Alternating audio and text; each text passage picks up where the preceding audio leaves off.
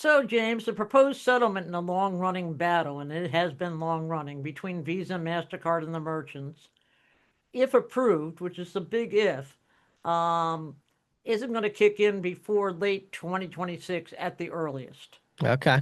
This, according to public statements from both organizations, both the Mastercard and Visa. And that, in my mind, offers plenty of time for the foes of the proposal to tank it, and they're already lining up to do so. Last week I talked about the retail merchant groups being against it. This week the latest salvo comes from Senator Dick Durbin. No big surprise there. Yeah. He said it wouldn't do much to help small businesses and took another stab at promoting the Credit Card Competition Act, which we've talked Our about favorite. before. Hmm. Yeah, that's the one that, if enacted, would instruct the Fed to write regulations requiring card issuing banks to program their cards such that merchants would have a choice of at least two unaffiliated networks over which to process their transactions. Now, similar legislation has been introduced in the House, but the thing here is that neither bill has really moved through the proper legislative channels. Committee hearings, committee votes. Right. Clearly, Durbin wants to attach this to must pay pass legislation, much as he did the original Durbin Amendment, that dealt with debit cards. Right. Now, opponents of the proposal, which include most of not only the retailers, but a lot of the financial services companies, Right. say that it's going to, disadvantage community banks and small merchants to the benefit of mega merchants, Right. which you and I have talked about Right. here before. Yeah. Not to mention the fact that it's completely impractical and would never be implemented. Would So take years to do the coding just to make it possible, right? yeah, it's like let's pass legislation that would enact into law that the entire financial ecosystem of card processing would have to re-engineer itself Right. while running in ways that are incomprehensible to anyone. It's Right. like, And you a know, system we might note that's been running smoothly for 50 mm, years, exactly. It's like, yeah, more than let's 50 years. yeah, Right. and we want to make sure it's secure as we tokenize transactions, but instead of point-to-point encryption, it's now point to many other points that are unaffiliated. Right. But we're going to keep it Right. secure somehow. It's like, anyway, my feeling about this. I've voiced it many Well, times, and right? and and it's one of the one of the few things we agree on. No, it's one of those things we agree on. Well, we Yes, agree on a lot of things, but yes, yes. in a joint letter to the House and Senate leaders earlier this year, a group of financial institution trade groups uh, called the legislation a poison pill, which I thought was a really good, you Hmm. know, I've always said all along that the banking industry let the retailers kind of one up them when they came up with that term swipe fee. Yeah. Poison pill might be their term. Yeah. Um, and this is interesting. They referenced a survey by the National Federation of Independent Businesses, a survey of small businesses on their problems and priorities. And guess what? Credit card processing costs failed to rank among the top 20 list of concerns. Wow. Hmm. Yeah. So for all the talk that people like the NRF and the NACs and the like talk about, for all their talk of this is killing merchants, National Federation of Independent Businesses is a pretty wide, Yeah. it takes in a wide breadth of small businesses, and if it's not coming up on the top 20 list, Right. I mean, Well, it almost looks and you have to say too, I mean, as much as, Visa and MasterCard may hate for us to say this, probably 20+% of those businesses surveyed are now doing dual pricing or cash discounting or surcharging, and they no longer have this concern. And right. that is making a dent in terms of the pain felt by the merchant. Now, again, you could argue pain for the consumer. I haven't really seen any data ever to support that, but as far as the merchants go, they don't really have an issue. So The only data I've seen is anecdotal data. Every once in a while on Facebook, I'll see somebody complaining about it, or right. you know, Well, an, or a my small favorite is town that newspaper. yeah, my favorite is when the card brands will roll out something like, we polled 1,000 people and asked them if they would like for their merchants to charge them more when they use their card. And would you believe it? Most of them said they wouldn't like that. Well, Yeah, duh. well, yeah. And You where know, did you it's like pick up those the thousands? question is, did they change their buying behavior as a result of their discomfort? So the fact that Right, somebody doesn't like something doesn't mean it's going to change their behavior because you don't know how much right, they dislike it. And so, right. yeah, I mean, the question would be, have you changed your buying behavior because right. the merchant, Have you gone to the counter with an item in the last 7 days and turned around and walked out because you realized that there was a difference in price when you paid with your card? right? That would be a That's really the right interesting. question, and I'd be willing to bet that the answer to that question is no about 0.01% of the time. So, Yeah, you know, I would tend to agree with you, and I think somebody really ought to do that survey, yeah, like somebody like the Electronic Payments Association. They have the staff and the resources to do that. right. You know, cut across the country, just don't do it. I mean, my thing is Visa probably did it like in Florida or California, like Hmm. wherever they had a presence where they could easily do it. Right. Yeah, but But again, I mean, to me, there is no market in America where you can ask people, would they be upset if they were required to pay more? Of right, course, like no of matter where course you they're do going to that be survey, upset. they're gonna say they don't like that. No one is gonna say, yes, I want people to charge me more. That's just a I want to stupid pay question. more money, right? I Right. mean, yeah, nobody. Well, moving right along, cash is making a comeback this holiday season, but not to the detriment of cards. Hmm. A survey by the consultancy PwC found that 48% of consumers see cash as one of their top three payment methods this holiday season. That's up from Wow. 41% last year. Hmm. By Wow, that's far, interesting. however, the most popular payment method is debit cards, with 55% citing it as one of their top three. And that's up just slightly, like 1 or 2% from last year. Hmm. Credit cards, on the other hand, saw a 12% jump Hmm. over the 2024 shopping season, ranking as a top three payment method by 52% of consumers. Hmm. And gift cards had the largest jump of 13 percentage points to rank as a top three among 27% of surveyed consumers. Wow. And how, so wait, what was it then last year? It was 14%. Really? So gift cards went from 14 to 27 year over year. Yeah, Well, that's a yeah, big story in and of itself right there. That's right interesting. there. Yeah, agreed, agreed. In fact, that was one of my leads when I wrote about it for the green sheet, but I Yeah. decided to kind of take the whole shebang this time around. Yeah, I mean And I think that's literally a double. I mean it yeah, like that's crazy. and I think a lot of people are just buying gift cards so they can buy Christmas gifts. I mean, Yeah. I've talked here before about how I buy gift cards before I go to Home Depot so I can get Right. free gas, right? I Yeah. mean, Yeah. there are advantages to doing that. We'll have to Um, get let's get Dan Batista back on the podcast. I just talked to him the other day in Factor 4. We're doing a Factor 4 implementation in Stackably for the gift card oh program. yeah, And uh-huh. so I have gift card on my mind. We were just talking about it this morning actually on a meeting. And yeah, I think it's definitely something that it's always been overlooked.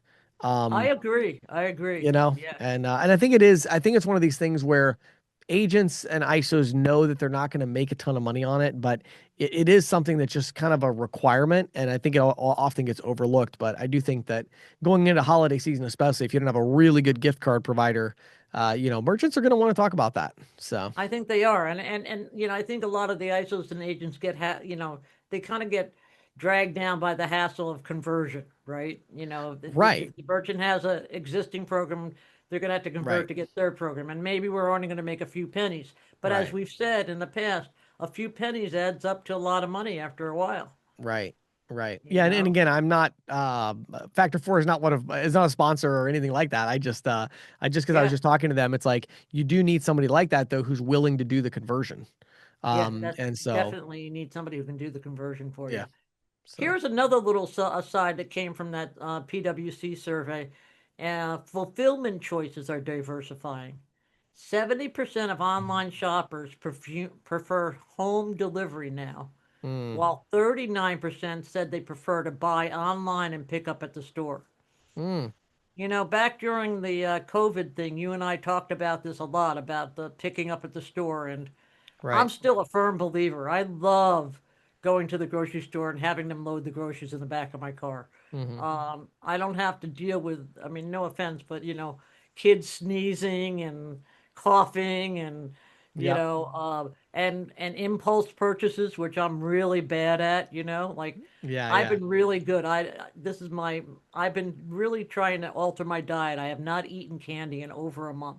Oh my. Well, for you, that's like For years, me, so it's good. right. And I haven't had soda for a few weeks now. Wow, And that's that's great. another thing I'm very big Mm-mm. on. You And and me both struggle with that one, so. yeah, yeah. And it's sort of like, if I go into the store and I see a display for Pepsi or Coke and it's on sale, I'm going to buy it, Right, you right. So know? if you're able to make those disciplined purchases online and then have them loaded in your car, so Have them loaded in my car. It that's makes a funny. huge difference.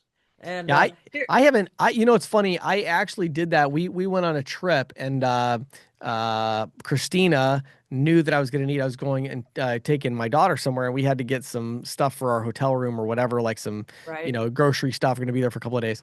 And she made an order at a Walmart there. So we left, got off right. the plane, got our rental car, went to Walmart, they loaded up our car and we went to the, so Isn't it great? I it's very love it, convenient. man. Yeah. I, It's I, I almost as good really, as the home delivery. I still am a home delivery guy, but I have to admit, I'm still, I've turned to being more of a home delivery girl, but here's my problem. As I think I've explained to you, I live in this log cabin, as we can right, see, right? And I have this pole barn out back with an apartment, and I right. cannot convince them, even though I put in the instructions, deliver to front porch of log cabin, they always deliver down there. And Right, then I right, have to go out and say, no, you have to schlep it back up here. But it's right. still better than me having to drive out there after a long day of work in the dark. 'Cause Absolutely. I Yep. live up in the mountain. It's windy roads. Right, I exactly. don't want to deal with that. Yep.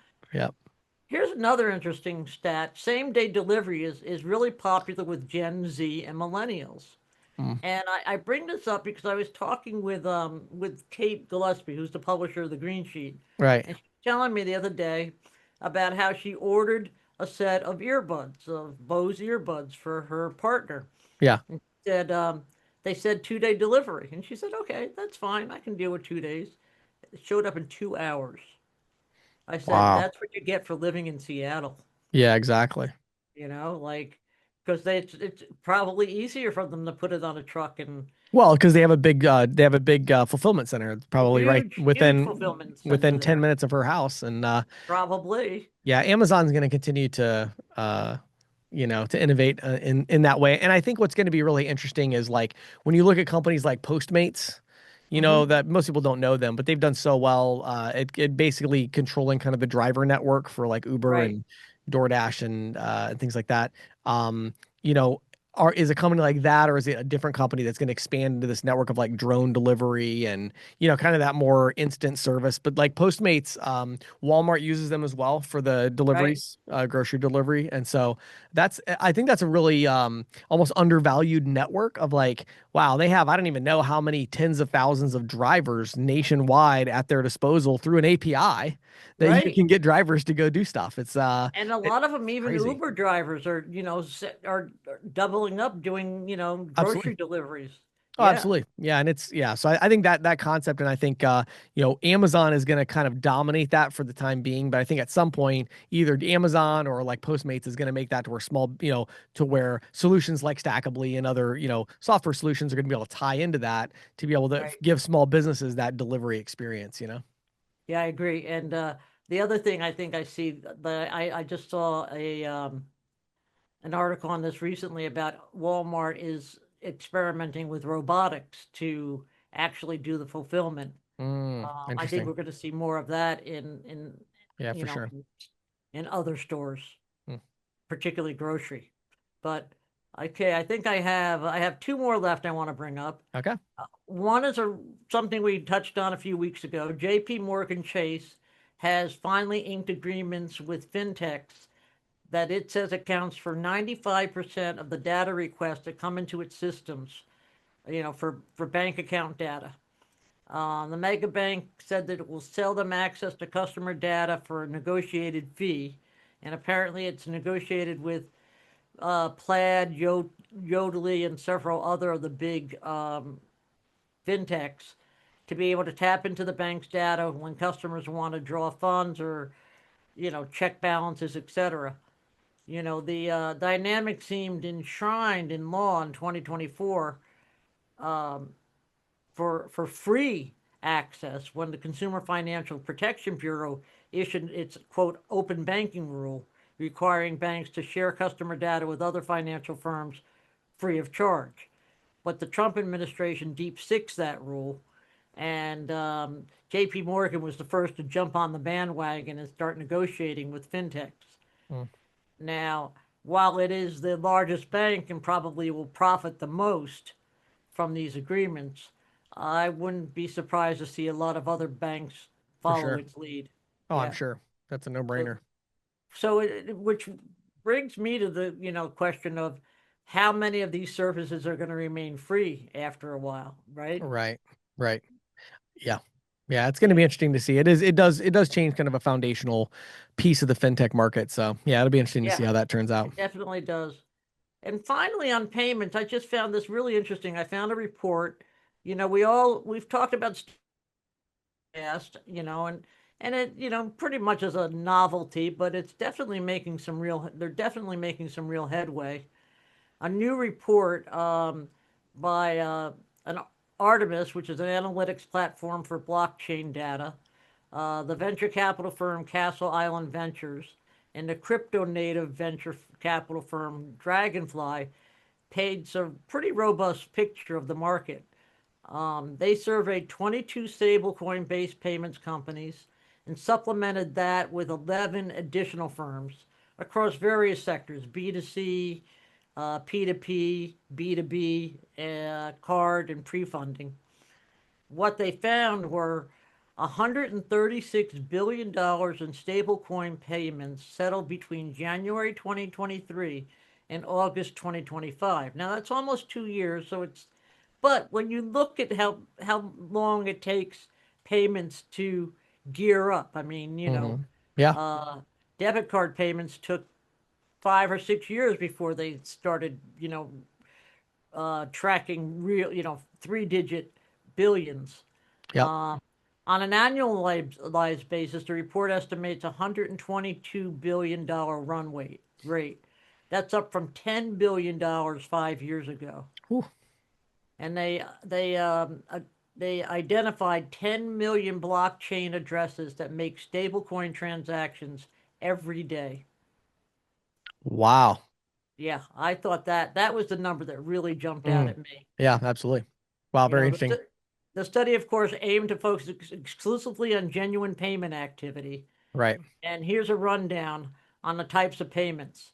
B2B payments, annualized run rate of $76 billion. P2P, $19 billion.